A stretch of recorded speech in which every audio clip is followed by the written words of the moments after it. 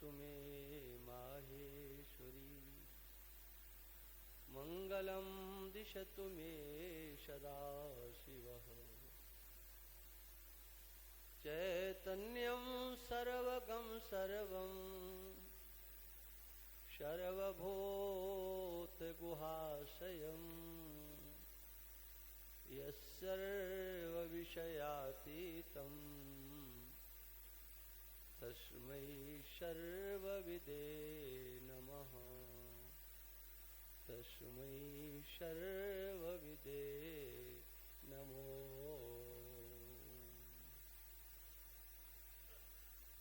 श्रीराम जय राम जय जय राम श्रीराम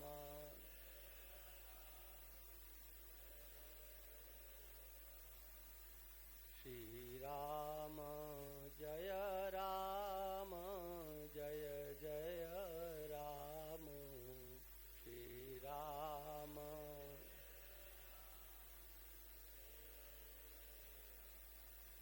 श्रीराम जय राम जय जय राम श्रीराम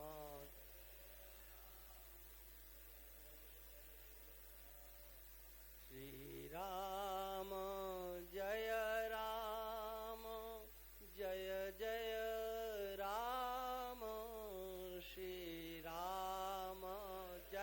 राम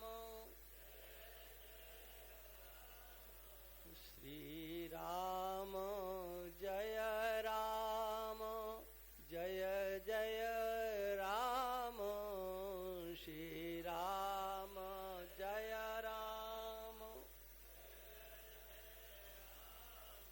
श्रीराम जय राम जय जय राम श्रीराम जय राम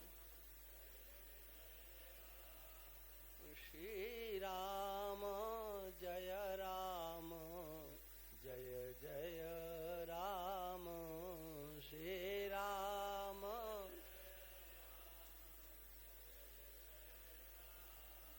बोलिए सच्चिदानंद भगवान की श्री नीलकंठ भगवान की गंगा मैया की सत्य सनातन धर्म की नमः पार्वती बदे हर हर महादेव। समादरणीय वंदनीय संतवृंद भक्तवृंद श्रद्धामयी मातृशक्ति मानवाकृति की प्राप्ति हमको आपको सबको हुई है। यह एक सुंदर अवसर हमें मिला है।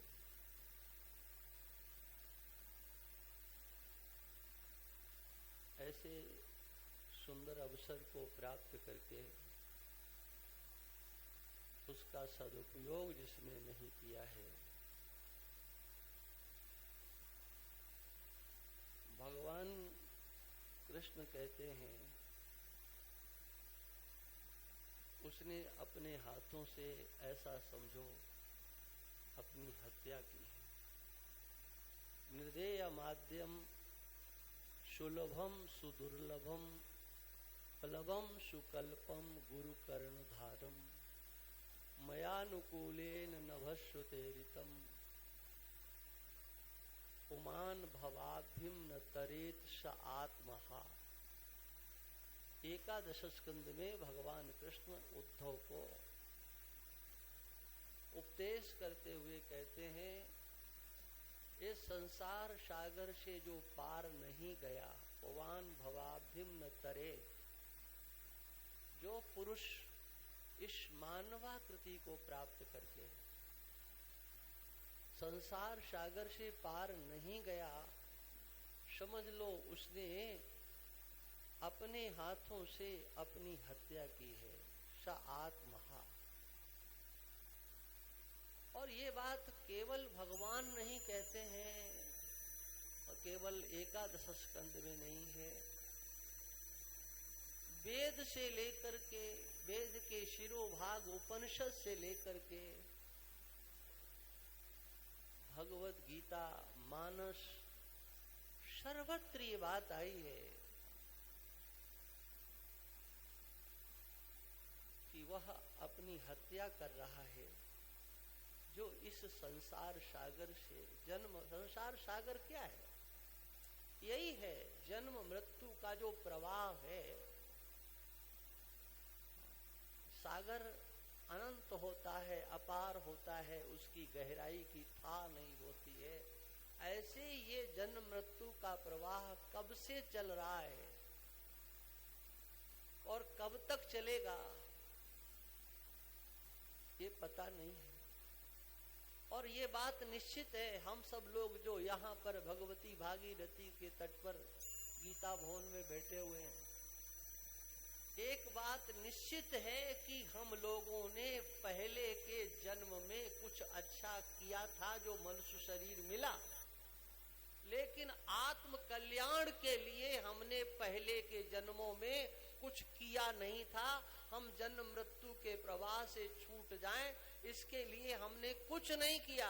अगर किया होता तो आज चाहे हम हो चाहे आप हो, इस गीता भवन में इस आकृति को लेकर के बैठे नहीं होते। ये जो आकृति हमको आपको प्राप्त है, इस आकृति की जो प्राप्ति है ना, यही हमारे अकर्मण्यता की निशानी है।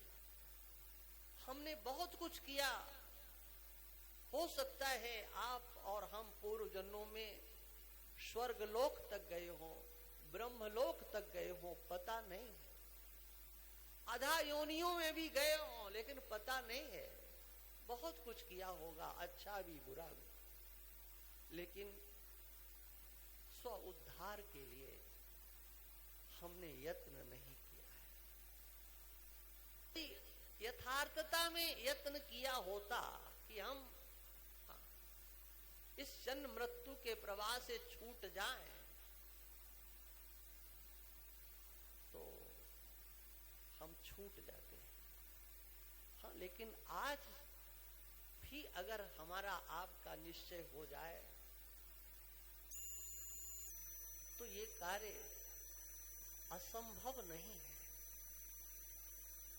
यदि असंभव होता तो भगवान कृष्ण ये उपदेश क्यों करते? उद्धरेत आत्मना आत्मान, तुम अपना उद्धार स्वयं करो। मेरा आश्रय भी लेते हो, भजन भी करते हो, तो किस लिए करते हो ये निश्चय करो। जन्म मृत्यु के प्रवाह को छुड़ाने वाला एक ही उपाय है, वह है उस परमात्मा के स्वरूप का विज्ञान। परमात्मा के स्वरूप का जो विज्ञान है, वह हमको जन्म मृत्यु के प्रवाह से छुड़ाने वाला है। और उस परमात्मा के स्वरूप का विज्ञान प्राप्त करने के लिए ही भगवान का आश्रय हमको लेना है। यहां तक कि भगवान के दर्शन इत्यादि की भी इच्छा, उसका भी प्रयोजन यही होना चाहिए। और भगवान कहते भी हैं कि अगर किसी को मेरा दर्शन हुआ है तो उसका फल होना चाहिए मोक्ष। किसी को मेरा दर्शन हुआ, लेकिन दर्शन होने पर भी अगर इच्छा नहीं है मुक्ति की, तो वो भगवान का दर्शन भी मुक्ति नहीं दे सकता है। ये ध्यान रखना। भगवान आपको दर्शन दे सकते हैं, लेकिन इच्छा तो आपको करनी पड़ेगी कि हे प्रभु, आपका दर्शन हो गया है, अब हम मुक्त हो जाएं। मम दर्शन फल परम अनुपा, जीव पाव निज सहज स्वरूपा। अपने सहज स्वरूप का जो उसका स्वरूप है उसकी स्वाभाविक प्राप्ति हो जाए, या यूं कहो जो उसका सहज स्वरूप है उसकी सहजता से प्राप्ति हो जाए, ये भगवान के दर्शन का फल है।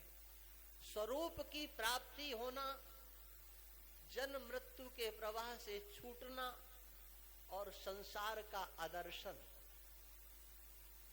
भगवान का दर्शन हमको हो, संसार का दर्शन न हो, ये ईश्वर के दर्शन का फल होना चाहिए। ये भगवान की भक्ति का फल होना चाहिए, भगवान के भजन का फल होना चाहिए।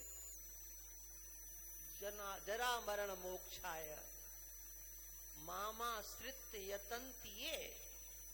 देखिए आप, हाँ।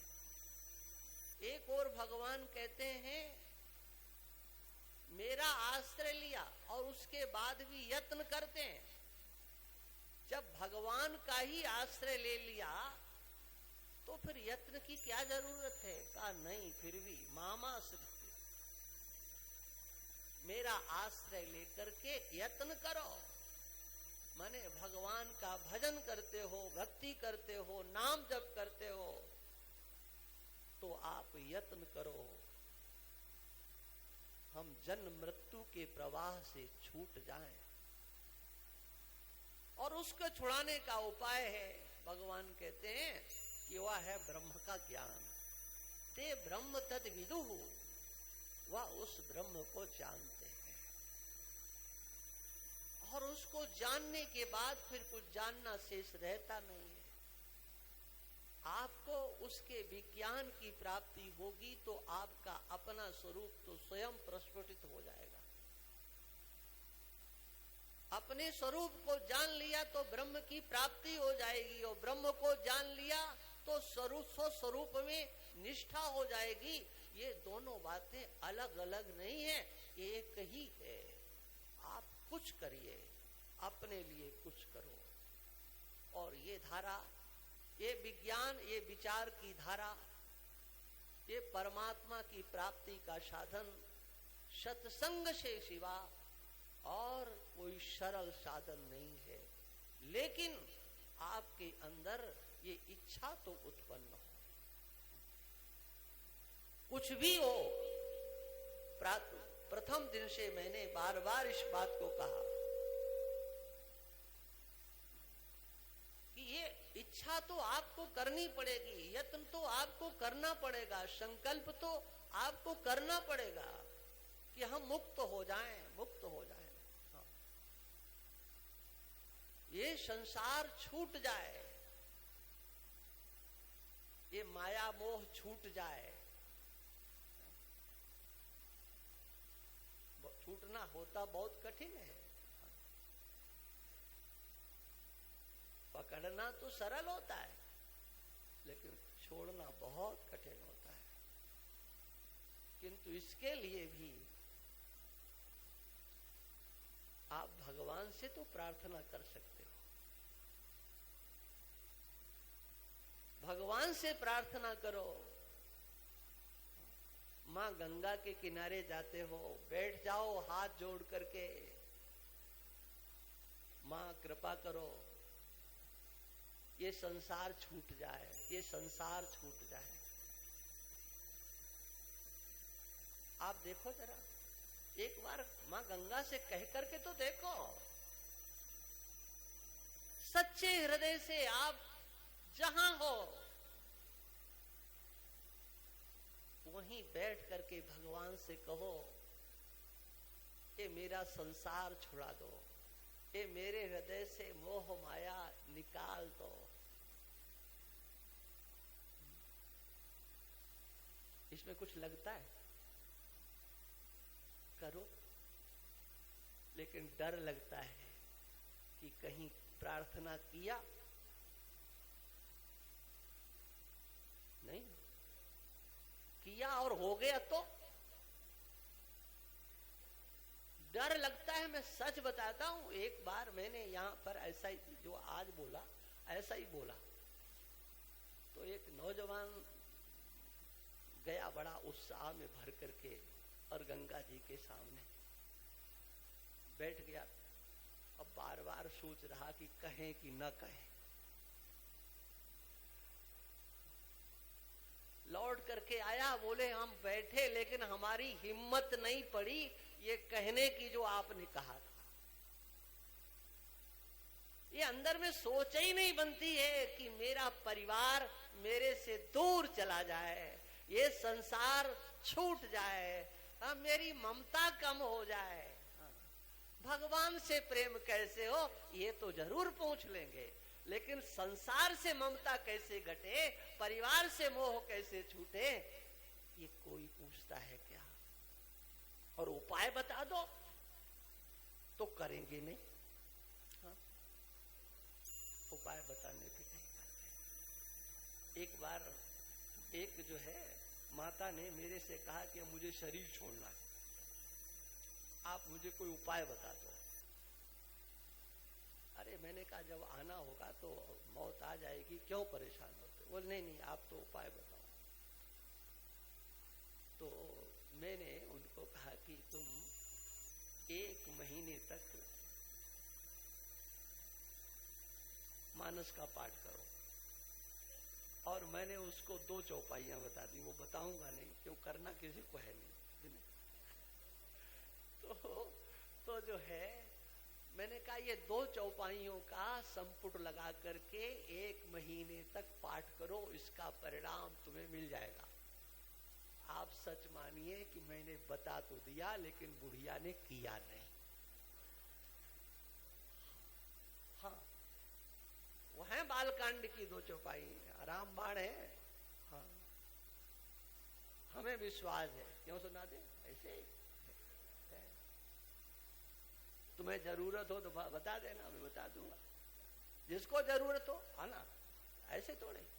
लेकिन हाँ लगता कि अगर हमने किया और कहीं हो ही गया, ये कहते रहते हैं कि ऐसा हो जाए महाराज बड़ा अच्छा हो, भगवान कृपा करें, ये छूट जाए संसार। लेकिन जब भगवान इस संसार को छुड़ाते हैं तो ये जीव उसी तरह से रोता है जिस तरह से माँ अपने बालक के शरीर पर लगे हुए मैल को छुड़ाने के लिए बच्चे को स्नान कराती है। तो बालक हाथ पीटता, पैर पीटता, चिल्लाता, अरे ये क्या कर रहे?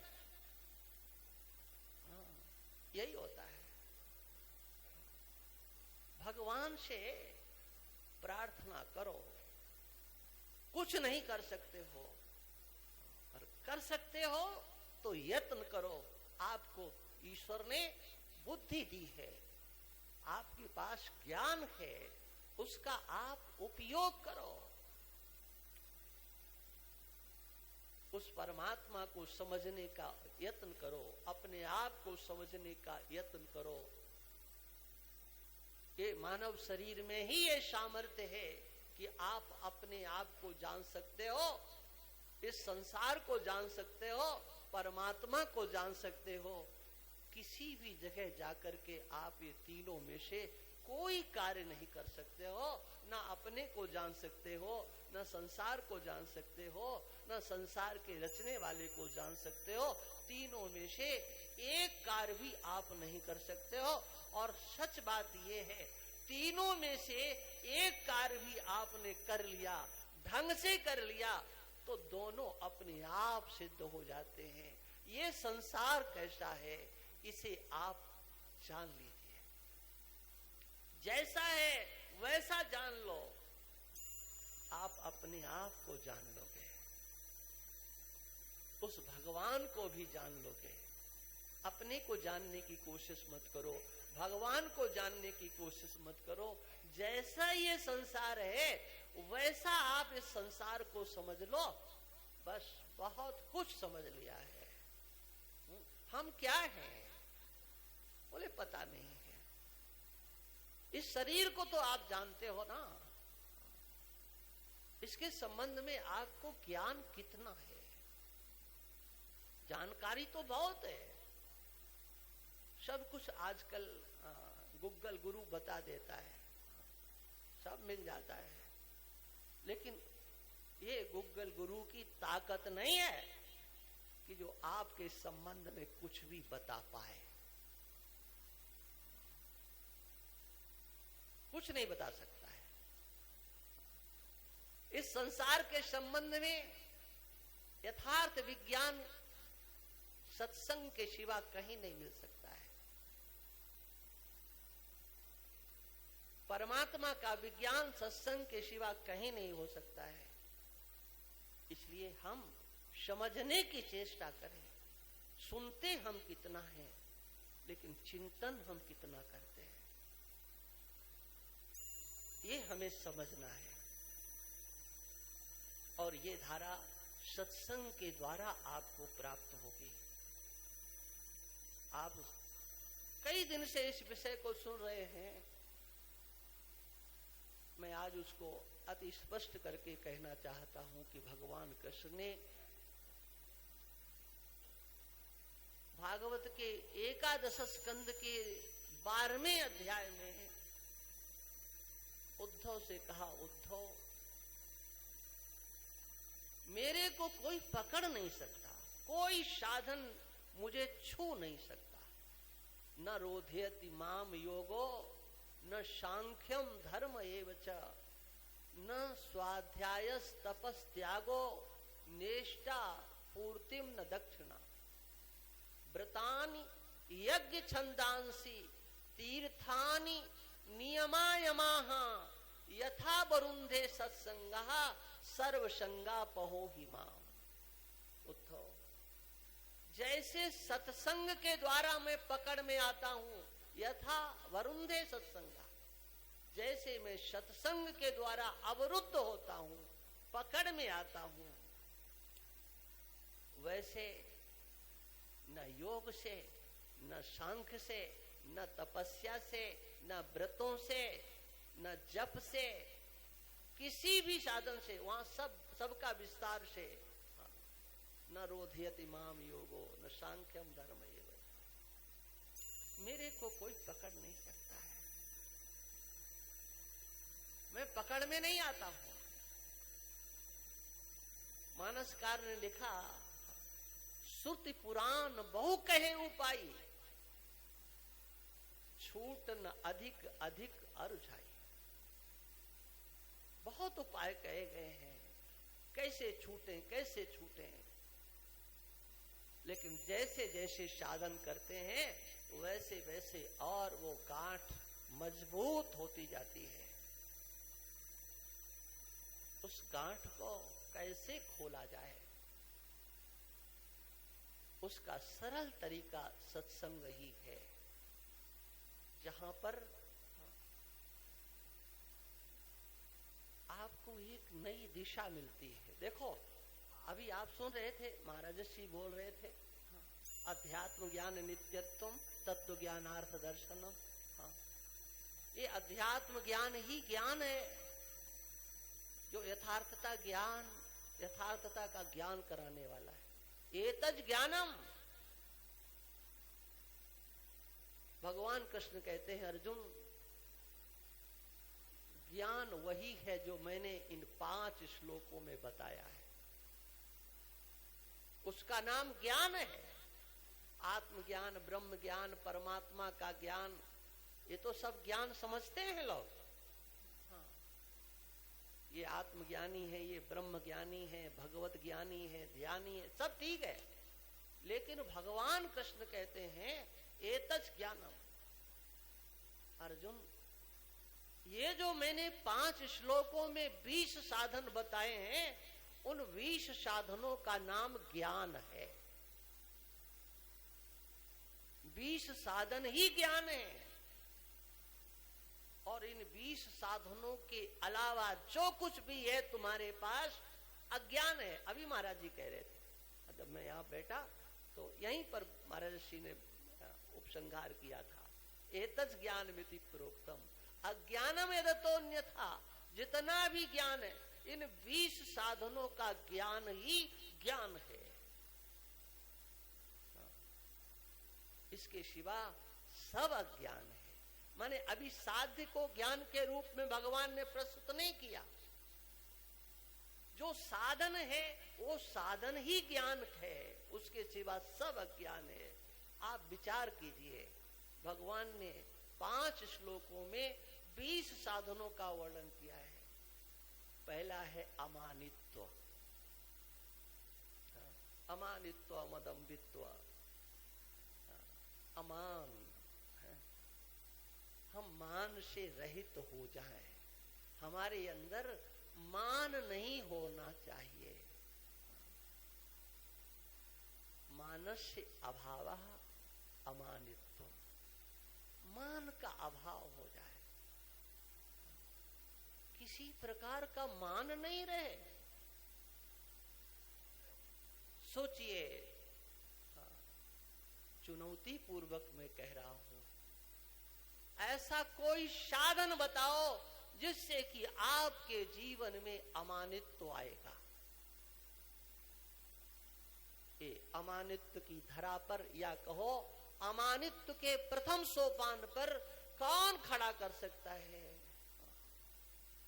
और ये अमानित्व कितनी बड़ी साधना है। मान नहीं हो, किसी भी प्रकार का मान नहीं हो। मानों की लिस्ट भी बहुत बड़ी होती है, और यही ज्ञान है। इसी का नाम ज्ञान है, मान से रहित होना।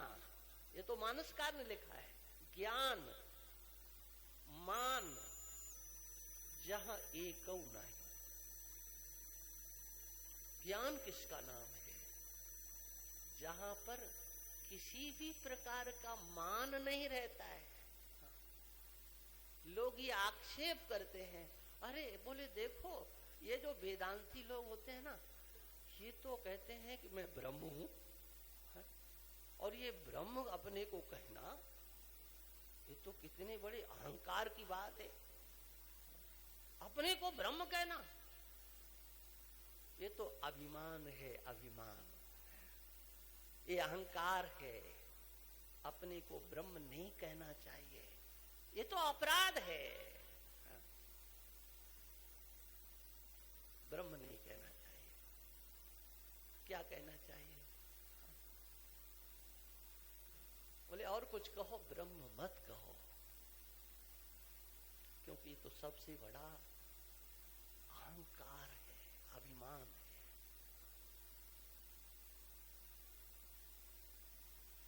वो लोग कुछ जानते ही नहीं है, उन्हें कुछ पता ही नहीं है। हाँ, ये मैं ब्रह्म हूं, ये ब्रह्माकार वृत्ति आपके अंतर से उदित ही तब होगी जब सब प्रकार के मानों को स्वाहा कर दिया जाएगा, ज्ञानाग्नि में जला करके दग्ध कर दिया जाएगा। केवल एक अहंकार रहेगा, ब्रह्मैवाहमस्मि, ब्रह्म से सिवा और मैं कुछ नहीं, कुछ नहीं रहेगा। अमानी होना ये ज्ञान की पहचान है। किसी प्रकार का मान नहीं रहे, मान जहां एकौ नहीं। इसका अर्थ मानसकार कहते हैं, मान अनेक प्रकार का होता है। एक मान हो तो उसे हटा दिया जाए, लेकिन यहां मानों की जो श्रृंखला है वो श्रृंखला ही बहुत बड़ी है। लेकिन क्या कभी विचार होता है? क्या कोई ये विचार देगा? क्या कोई ये चिंतन देगा? ये हाथ जोड़ने मात्र से, दंडवत करने मात्र, वो भी एक अच्छा है। प्रणाम करना, हाथ जोड़ना, ये विनम्रता है, और विनम्रता होनी चाहिए। लेकिन इतना मात्र नहीं है। अमानित्व तो मान नहीं चाहते हैं, चाहे जहां बैठ जाते हैं, ये चाहे जहां बैठ जाना, चाहे जैसे रह जाना, ठीक है। विचार के धरातल पर आप कहां बैठे हो। और इसीलिए बहुत पास शंकराचार्य भगवान ने चतुर्थ अध्याय में इस एक रहस्य का उद्घाटन किया। क्या उन्होंने स्पष्ट लिख दिया अपने भाष्य में कि विनम्रता इत्यादि का तो प्रदर्शन भी किया जा सकता है, उसमें तो दम्भ और पाखंड भी हो सकता है। तद्विधि प्रणिपातेन परिप्रश्नेन सेवया उपदेक्षन्ति ते ज्ञानम ज्ञानिनस् तत्व दर्शनः। वहां भगवान कहते हैं उसको जानना चाहते हो, हाँ जाओ, जो जानकार हैं हाँ उनकी शरण में जाओ, उनको साष्टांग लेट करके प्रणाम करो, उनकी सेवा करो,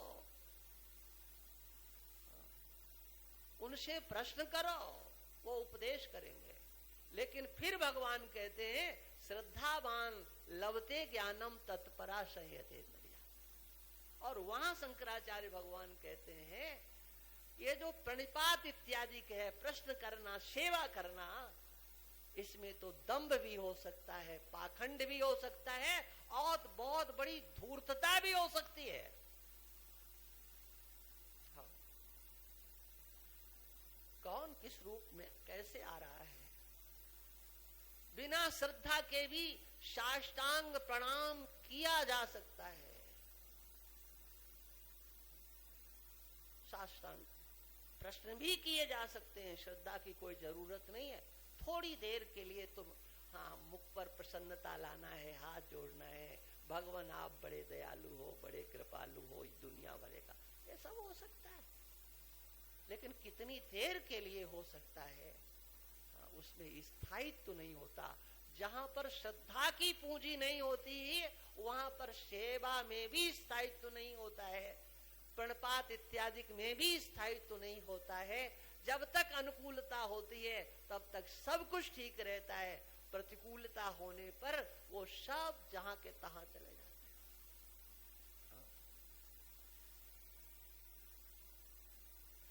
मानस में संकेत मिलता है कि मारीच के पास रावण गया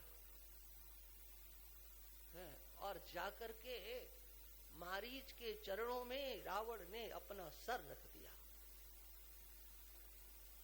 बोले इससे ज्यादा विनम्र और कौन हो सकता है? तो गोस्वामी जी कहते एक नंबर का नीच है ये। हाँ लिखा है मानस में, नहीं, नाय माथ स्वार्थ रत नीचा। स्वार्थी व्यक्ति, हाँ, निम्न कोटि का व्यक्ति, हाँ वो भी ऐसा कर सकता है।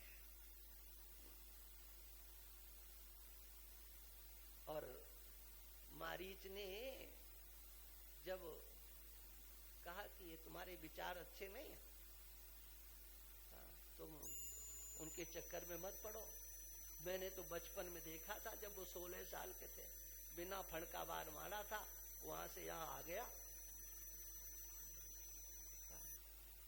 तुम उनसे बैर करने की मत सोचो, ये तुम्हारे विचार अच्छे नहीं। तलवार निकाल ली। तुम हमारा गुरु बन रहा है क्या? गुरुजिम मूड करे सिमम बोधा, तुम मेरे को ज्ञान देते हो जैसे गुरु ज्ञान देता है।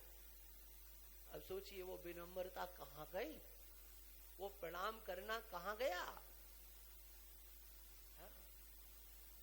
विनम्रता से बहुत बड़ा विप्लव किया जा सकता है।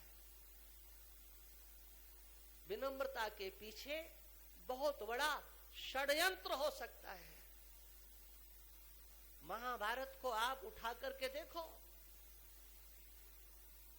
दुर्योधन के अंतर्गत बहुत बुराइयां थी,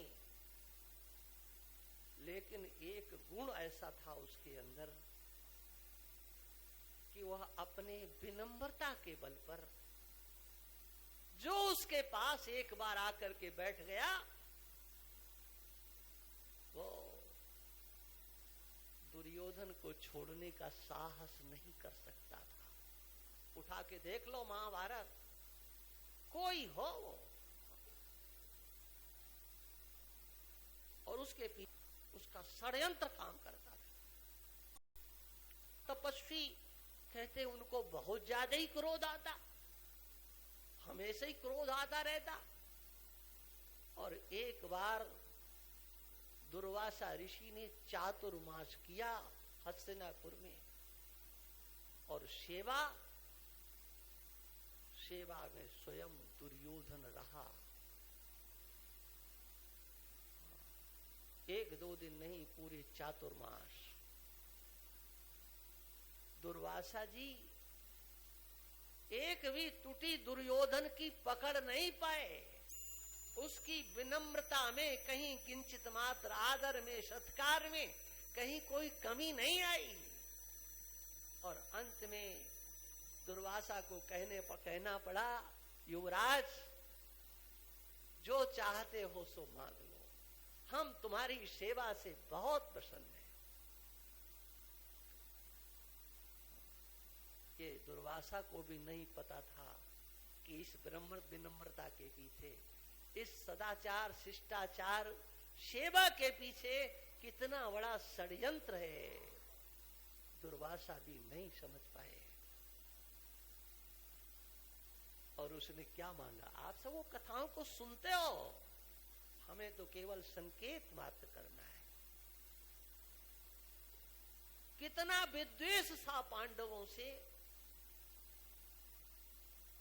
लेकिन वाणी से क्या झलक रहा है? भगवान आपने इस सेवक पर तो कृपा की है। हम चाहते हैं जैसे इस सेवक पर, इस हस्तिनापुर पर आपने कृपा की है। हमारे भाई हैं, जंगल में रह रहे हैं, इसी प्रकार से आप अपने इन 60,000 शिष्यों के साथ वहां पर भी जाइए, उन्हें भी आप कृतकृत्य कीजिए। किंतु ध्यान रखना, उनके पास कुछ ज्यादा है नहीं,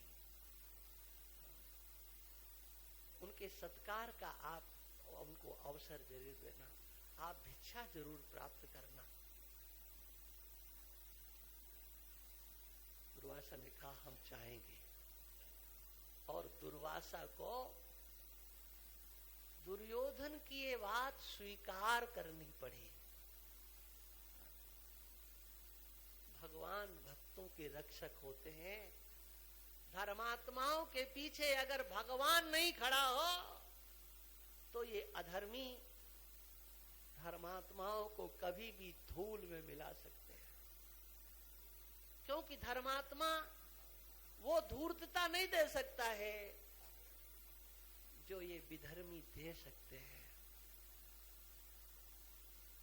लेकिन परिणाम सुखद हुआ। उनके साथ धर्म था, उनके साथ ईश्वर था, उनकी रक्षा हो गई। लेकिन दुर्योधन ने कोई कसर नहीं छोड़ी थी।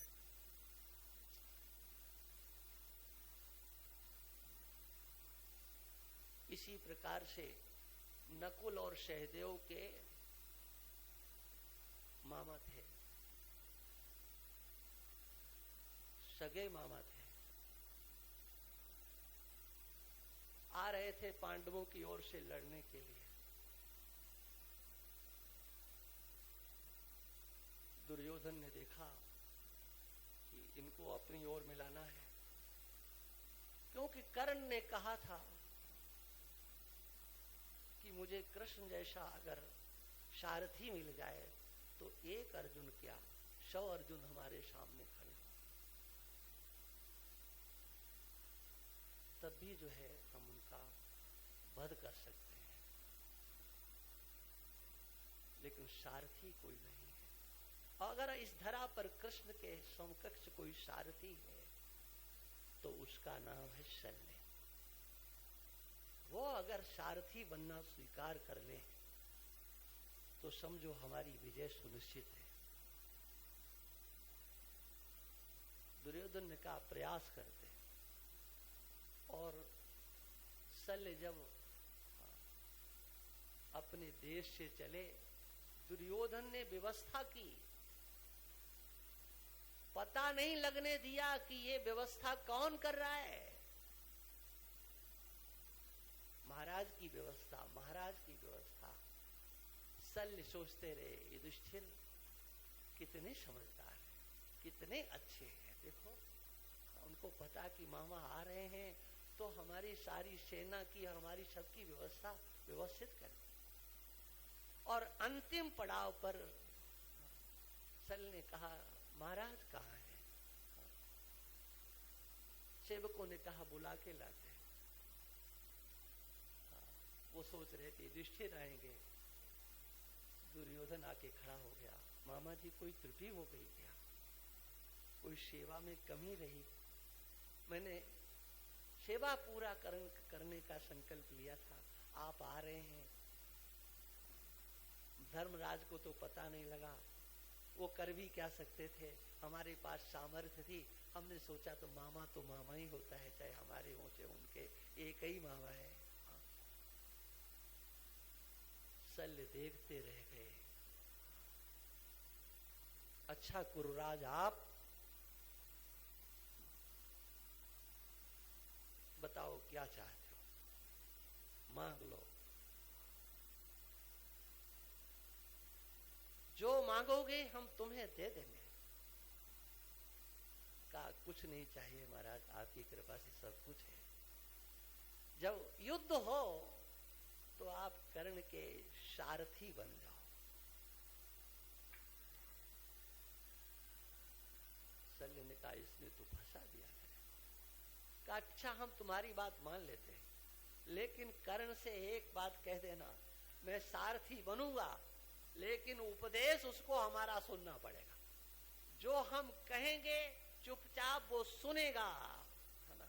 ये बात मैं महाभारत की दृष्टि से नहीं सुनाना चाहता, आपको एक नहीं अनेक ऐसे इतिहास मिल जाएंगे कि जहां व्यक्ति बहुत विनम्र दिखाई पड़ता है, शिष्य दिखाई पड़ता है, सेवा भावी दिखाई पड़ता है, लेकिन सेवा का भाव नहीं होता है। और जहां केवल सेवा होती है वहां तो वो सेवा अंतःकरण को पवित्र करती है, लेकिन केवल सेवा, हाँ ये हमारे बैठे हैं, हमारे संत हैं, हाँ, हमारी सेवा भी करते हैं यहाँ पर। हाँ। निहंग सिंह संप्रदाय से, गुरु गोविंद सिंह के संप्रदाय, पंजाब में सेवा होती है, हाँ, सेवा की धरती कही जाती है। लेकिन आज उसी पंजाब की धरती में गुरुद्वारों को निमित्त बना करके जाने कितनी बार गोलियां चलती हैं, मर्डर होता है, हजारों मुकदमे चल रहे हैं। किसके नाम पर? सेवा के नाम पर हो रहे हैं। क्या है सेवा का? प्रदर्शन तो है, लेकिन सेवा के द्वारा जो कुछ प्राप्त होता है वहां दिखाई नहीं दे रहा है। देवराज इंद्र को पता लगा कि मेरी माता दिति मुझे मारने के लिए साधना कर रही है, और हमारे पिता ने वो साधना बताई है। ये अगर इसका अनुष्ठान पूरा हो गया तो इनके गर्भ से ऐसी संतान उत्पन्न होगी कि वो मुझे मार देगी। अब मैं क्या करूं? और उन्होंने एक बटुक ब्रह्मचारी का रूप बनाया और माता दिति के सामने आके खड़े हो गए। माँ मुझे सेवा बताओ, कहाँ रहते हो? हाँ, आपके ही गुरुकुल में रहता हूँ, यहाँ मैं विद्या अध्ययन करता हूँ। गुरुदेव ने कहा है कि जाओ तुम्हें सेवा में लगना है, तो मैं सेवा में आ गया हूँ। ये कथाएं ही हैं, भागवत की कथा है, पढ़ो आप 6वां स्कंद। हाँ, अंतिम में ये वर्णन आता है। अब वो सेवा कर रहे थे, लेकिन एक एक दिन गिन रहे थे। अब तो 1 महीना हो गया, अब 2 महीने हो गए, अब 6 महीने हो गए। हे भगवान, माँ से कोई गलती हो जाए, इनके अनुष्ठान में कहीं कोई चूक हो जाए। मैंने देखो सेवा में, और दिति सावधान थी, कोई गलती हो ही नहीं रही थी। वो अनुष्ठान पूर्ण होने में केवल 2-4 दिन बचे थे और एक दिन गलती हो गई। और जैसे गलती हुई, हाँ, आचमन किए बिना, भोजन करने के बाद आचमन किए बिना, और उनको नींद आ गई। बस मौका मिल गया, उधर में प्रवेश कर गए। उस बालक के 60 टुकड़े कर दिए, फिर एक एक के साथ किए, वो 49 हो गए। अब वो सबने कहा ये क्या कर रहे हो? बोले आपको मारेंगे। क्यों मार रहे हो? कहा आप बाहर निकलोगे हमको मारेंगे। बोले ये देखो इंद्र, आप हो तो समझदार, आपने हमको 1 का 49 तो बना दिया, हमारा कुछ बिगड़ा तो है नहीं। अब तुम और आगे बढ़ोगे तो हमारी संख्या ही बढ़ने वाली है, हम मरने वाले नहीं है, क्योंकि हम अनुष्ठान, ईश्वर की आराधना के बल पर हमारा पोषण हुआ है, इसलिए हमारी मौत तो हो नहीं सकती है। ये है अनुष्ठान का, व्रत का फल, ये ईश्वर की आराधना का फल, कि उस गर्भस्थ शिशुओं को 1 का 49 बना दिया, लेकिन वो मरे नहीं। किंतु मुझे ये कहना है कि देखो सेवा के बल पर आए थे, प्रणाम करना, सेवा करना, शिष्यता का दर्शन, ये तो हमारा धूर्तों के पास भी ये विद्या हो सकती है। हाँ, मीठी वाणी बोल देना, ऐसी रसमयी कथा सुना देना कि हनुमान जैसों को भी चक्कर में फंसा लेना। ये क्या है? ये कथाएं है ना, अंतर में क्या है? ये तो अंतर स्थिति से पता लगता है। इसलिए सबसे बड़ी बात है क्या? श्रद्धा की पूंजी आपके पास होना चाहिए।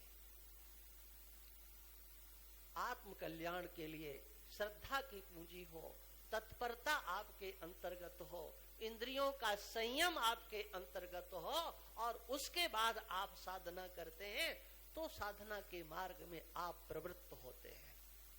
इसलिए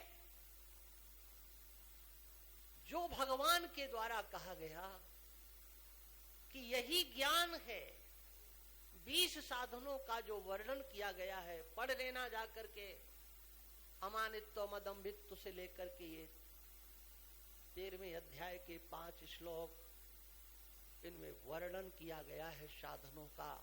हम साधन करते कितना है ये हमें देखना पड़ेगा। हमारे जीवन में कोई मान्यता नहीं रहे, ये एक साधना है, साधना है।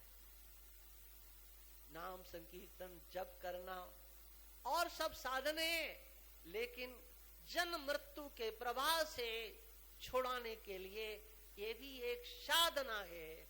मेरे जीवन में किसी प्रकार का मान ही नहीं रहे, मान रहित हम हो जाएं, मान्यता नहीं हो। हाँ, मान होता वही है जो मान मान करके आता है नहीं।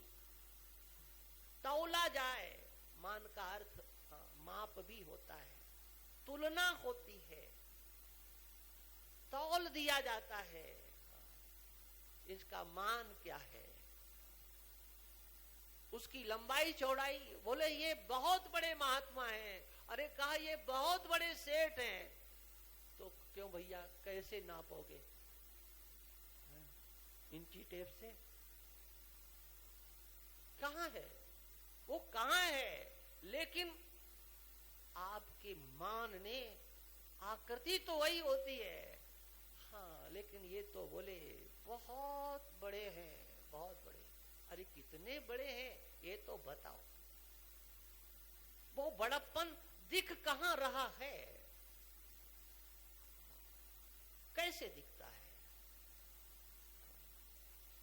ये आपकी अक्कल ने वहां पर बड़प्पन आरोपित किया है, और आपकी अक्कल का जो आरोपण है, अगर वो सामने वाला भी स्वीकार कर लेता है तो महाराज बिना बर्बाद हुए नहीं रहेगा।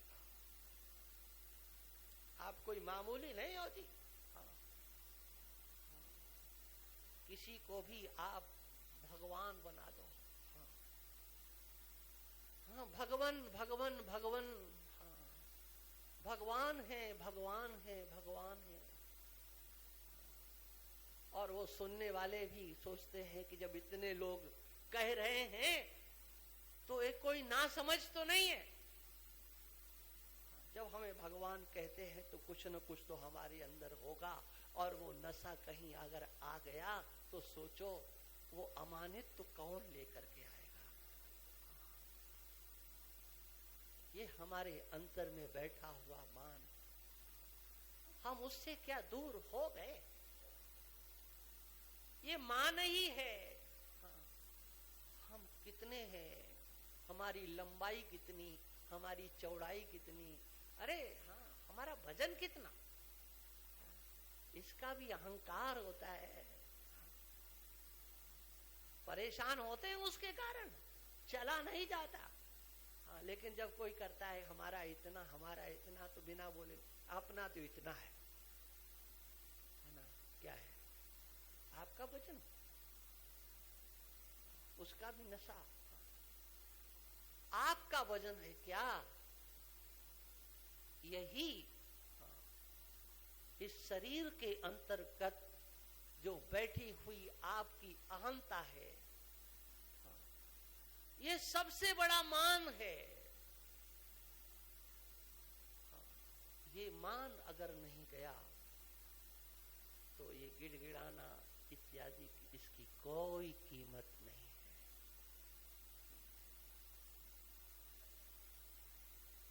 ये है दर्शन, ये है चिंतन, ये अमानित्व की धारा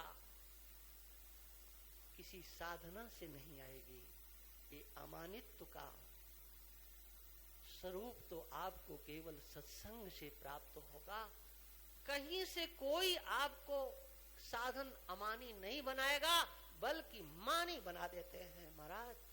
हाँ, अपने प्रवचनों में, अपने कथाओं में, अपने भक्तों के बीच में मैं इतने घंटे बैठता हूँ, मैं इतना लाख जप करता हूँ, मेरी इतनी साधनाएं, हाँ, उसका व्याख्यान होता है।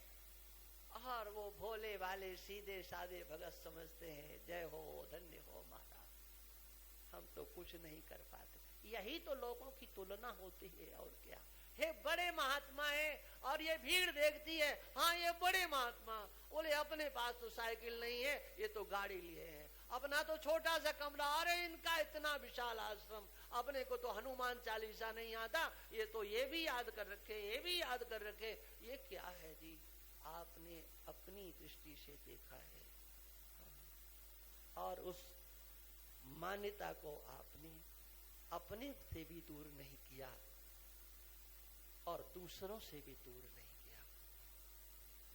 इसलिए इस अमानित्व को अपने जीवन में लाना है। यदि उस ज्ञान को अपने अंदर स्थान देना है, सोचिए भगवान कृष्ण ने कितना सरल, कितना सहज उपदेश अर्जुन को किया है और लोग कहते समझ में नहीं आता। आप प्रारंभ से देखो, भगवान ने अर्जुन को कहां से उपदेश देना प्रारंभ किया। देहिनो अस्मिन् यथा देहे कौमारम यौवनम जरा तथा देहांतर प्राप्तिर धीरस तत्र न मुह्यते।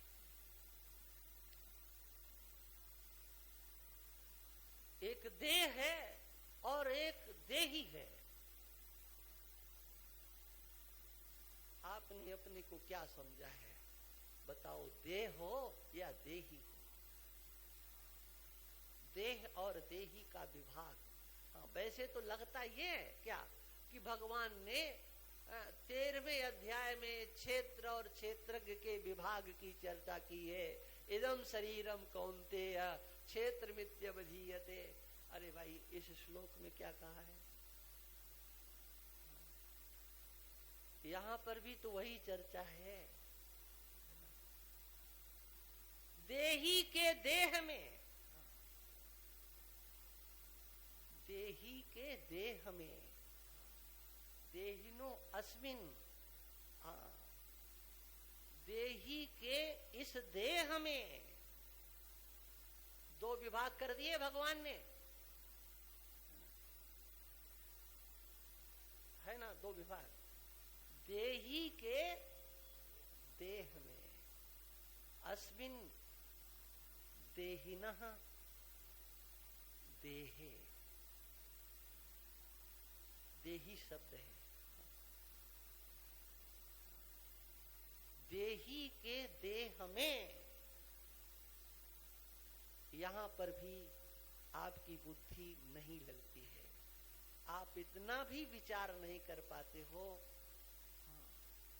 कि हम देह हैं या हम देही हैं।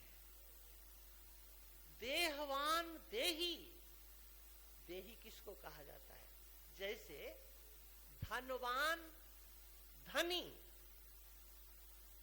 धनी कहो या धनवान कहो, अंतर क्या? अंतर कुछ नहीं, किंतु अंतर होता है क्या? धन और जो धनी होता है उसमें अंतर होता है कि नहीं? धन वाला माने धन अलग है, और वो धन जिसके पास में है, अरे धन तो कहीं यहां पर भी किसी का पर्स छूट सकता है, उसमें हो सकते हैं कुछ, धन तो उसमें भी है, लेकिन वो किसका है? किसी का नहीं है। और मिल गया किसी को, और उसने ईमानदारी का परिचय दे दिया, रख लिया अंदर, तो बताओ वो धनवान हुआ कि नहीं? धन वाला माने धन अलग है, हाँ, और धनी अलग है। जैसे धनवान धनी, ऐसे ही देहवान देही। जो देह वाला है उसको देही कहते हैं। माने जो देह वाला है, धन वाला है, वह उस पर अपना स्वत्व दिखा सकता है। ये किसका है? बोले मेरा है। आप यही तो बोलते हो। ये शरीर किसका? ये हाथ किसका? ये पैर किसका? क्या बोलते हो? मेरा है, मेरा। तो आप तो नहीं हुए हैं, बिल्कुल नहीं है। आपने उसे मेरा कह दिया। जहां मेरा आपने कहा, भाई लोगों ये कान खोल के सुन लो, ये शब्द बहुत अच्छा लगता है। ये मेरा है, ये अपना है। जानते हो करते क्या हो? जिसको आपने मेरा कहा उसको आपने अपने से अलग कर दिया, क्योंकि एक मैं है और एक मेरा है। ये मेरा कहने वाला मैं मेरे से बिल्कुल अलग होता है भाई। ये तो हमको आपको सबको समझना पड़ेगा। देह की मान्यताओं को आपने अपने ऊपर आरोपित कर लिया है और आप मानी बन गए, मानी। अहम मनुष्य, मैं मनुष्य हूं। सोचो आप, दिन में कितनी बार आपको याद आता है कि मैं मनुष्य हूं? विचार करना। 24 घंटे में कितनी बार याद आता है कि मैं मनुष्य हूं? अच्छा, कितनी बार देखते रहना, कितनी बार याद आता है कि मैं पिता हूं? कितनी बार याद आता है मैं पुत्र हूं? और भी अब कहें तो कथा, समय तो हो गया है, लंबी है। कुछ भी आप मानो, लेकिन आप हो कैसे सकते हो? क्योंकि आप तो देही हो, देही। शरीर में आने वाली समग्र स्थितियों के आप ज्ञाता हो, जानने वाले हो। ये शरीर में सब कुछ होता है, लेकिन शरीर में आने वाली समग्र स्थितियों को, विकृतियों को आपने कहाँ देखा? अपने ऊपर देखा। उस मान्यता में आप बंध गए हो। और मानसकार ने तो बिल्कुल स्पष्ट कर दिया, बड़े भाग मानुष तनु। क्या है इसका अर्थ? देखो, ये है मानस का दर्शन। बड़े भाग से मनुष्य शरीर मिला है। किसे मिला भाई? अरे जैसे हमको बड़े भाग से यहाँ बैठने को मिला है, नहीं? आप लोगों को बड़े भाग से बैठने को मिला है, तो बैठे हैं तो क्या हम हो गए? ये जो मिला है क्या हम वो हो जाते हैं? मिला तो मकान भी है, मिला तो जाने क्या क्या है, क्या हम वो हो जाते हैं? ये शरीर मिला है। और गोस्वामी जी ने कह दिया, बेटा जो मिली हुई वस्तु होती है वो तुम हो नहीं जाते हो। इसलिए मानसकार ने कहा कि मनुष्य शरीर मिला है तो मनुष्य नहीं हो। चलो इससे आगे की चर्चा कल करेंगे। श्री राम जय राम, जय जय राम। श्री राम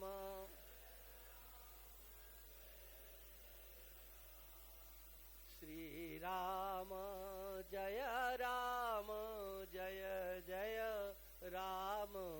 श्री राम